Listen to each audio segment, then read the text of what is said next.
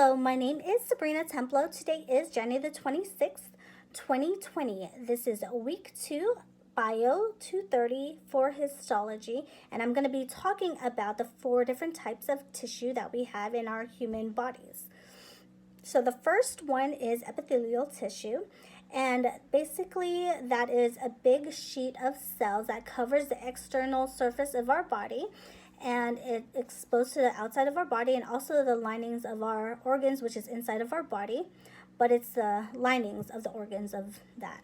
And epithelial cells can be found in certain glands, just like the thyroid gland, and also in many places of the body, just like the skin, respiratory tract, intestine, heart vessels, the reproductive tracts, and then we already said the thyroid gland.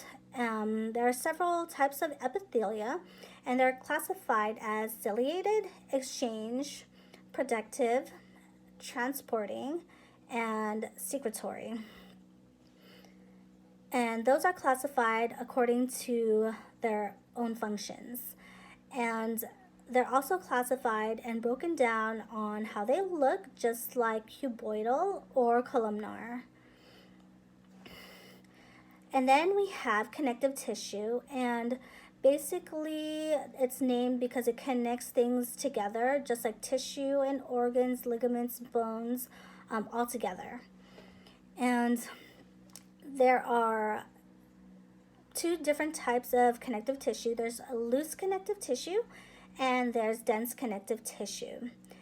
The loose connective tissue is found under our skin and small glands, and it's the fatty tissue that's right under our skin. And if you look under a microscope, you can see that the cells are loosely unorganized, and there's a lot of space in between them, and they cushion and they protect our organs. Dense connective tissue. Their cells are more tightly arranged and are closely together, and in a muscle it creates more tension and helps if we're flexing and moving our muscles. So these cells make up our bones, cartilage, tendons, muscles, and bones as well. And it includes blood and lymph is included in our connective tissue. It's a type of fluid connective tissue. Now we have muscle connective tissue.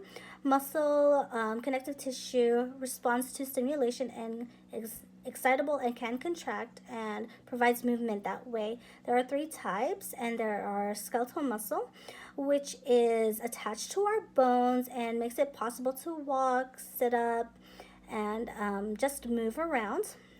It does make about 40% of our body's mass.